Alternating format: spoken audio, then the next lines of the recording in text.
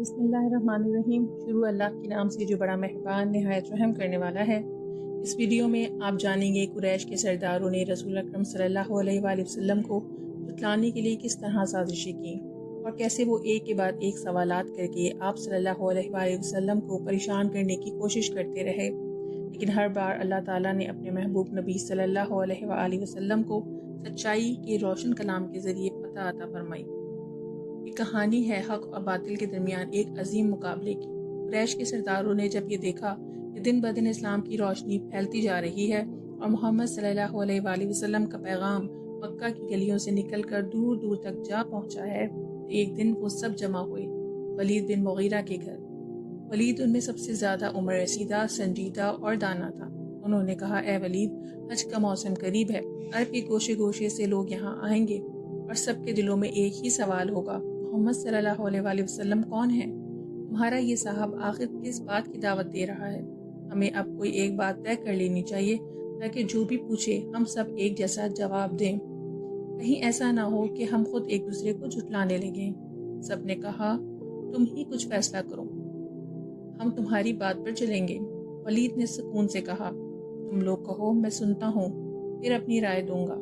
لوگوں نے کہا، ہم کہیں گے کہ نعوذ باللہ محمد صلی اللہ علیہ وآلہ وسلم کاہن ہے۔ ولید نے کہا، نہیں، میں نے کاہنوں کو سنا ہے، ان کا لہجہ، ان کی گنگناہٹ الگ ہوتی ہے۔ محمد صلی اللہ علیہ وآلہ وسلم کا کلام اس سے بالکل مختلف ہے۔ پھر کسی نے کہا، تو ہم کہہ دیتے ہیں کہ وہ نعوذ باللہ مجنون یا دیوانے ہیں۔ ولید نے فوراً رد کر دیا، نہیں، وہ تو نہایت سنجیدہ، باوقار اور متوازن شخصیت ہیں، ان کے کلام میں دیوانگی کا شائبہ تک نہیں۔ پھر کسی نے کہا، وہ شاعر ہیں۔ ولید نے جواب دیا، میں خود اشعار کے رموز سے واقف ہوں، میں جانتا ہوں قصیدے اور غزل کیا ہوتے ہیں، مگر محمد صلی اللہ علیہ وآلہ وسلم کا کلام ان سب سے مختلف ہے۔ آخر میں کسی نے کہا، پھر ہم کہہ دیتے ہیں وہ جادوگر ہیں، نعوذ باللہ۔ ولید رک گیا، پھر کہنے لگا، اگر کچھ کہنا ہی ہے تو یہی کہنا مناسب ہے، کیونکہ ان کے کلام میں ایسی تاثیر ہے جو ماں کو بیٹے سے، بھائی کو بھائی سے جدا کر دیتی ہے، جیسے کوئی جادو ہو۔ تو کہہ دو کہ محمد صلی اللہ علیہ وآلہ وسلم ساحر ہے، نعوذ باللہ۔ یہ تو قریش کے سرداروں نے یہی طے کیا، اور جب حج کا موسم آیا تو مکہ کی گزرگاہوں پر لوگوں کو روک روک کر کہتے، دیکھو، وہ محمد صلی اللہ علیہ وآلہ وسلم جادوگر ہیں، ان سے بچ کر رہنا۔ لیکن ان سب کوششوں کے باوجود اسلام کی روشنی اور زیادہ پھیلنے لگی۔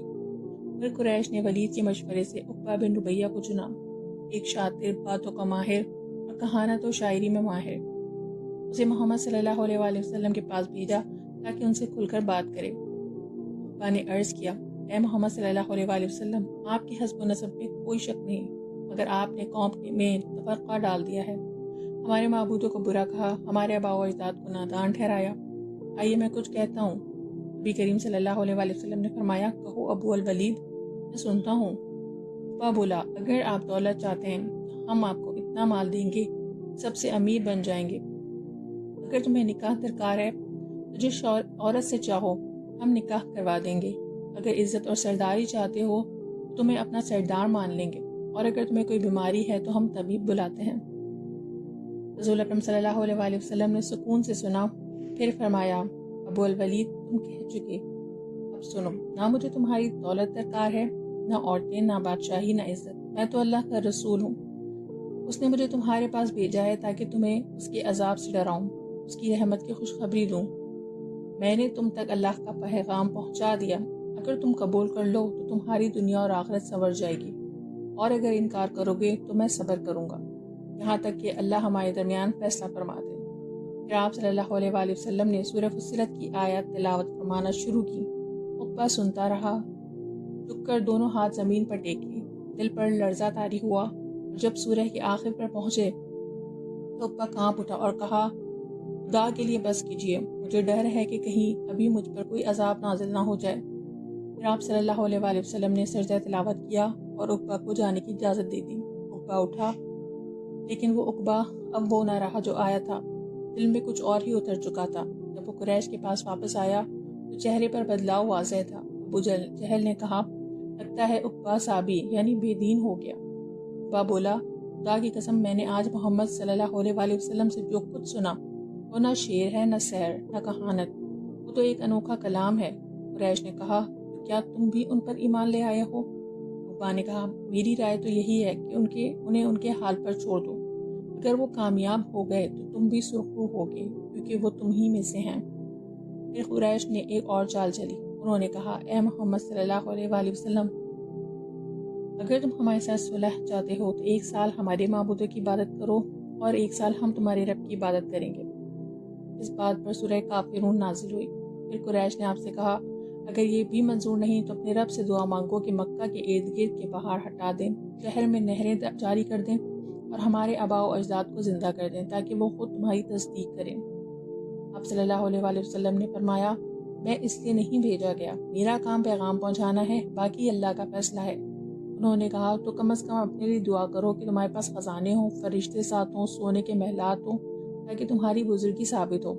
آپ صلی اللہ علیہ وآلہ وسلم نے فرمایا میں تو ایک بندہ ہوں اور اللہ کا رسول، ہزاروں میں تمہاری طرح چلتا ہوں، محنت کرتا ہوں، نہ مال مانگا ہے نہ فرشتہ۔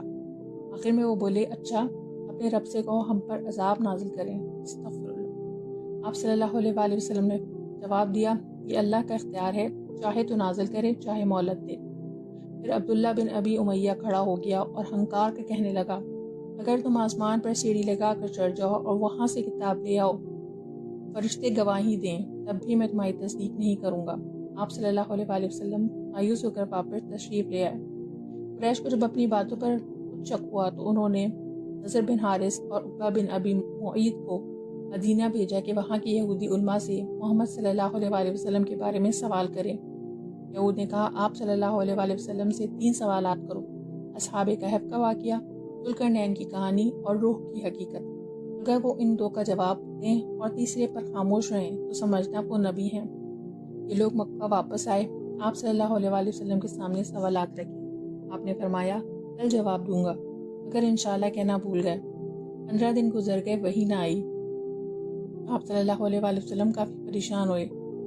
پھر 15 دن بعد سورہ کہف نازل ہوئی جس میں اصحاب کہف اور ذوالقرنین کے قصے آئے اور روح کے بارے میں فرمایا لوگ آپ سے روح کے بارے میں پوچھتے ہیں، کہہ دیجئے روح میرے رب کے حکم سے ہے اور تمہیں علم میں بہت ہی کم حصہ دیا گیا ہے۔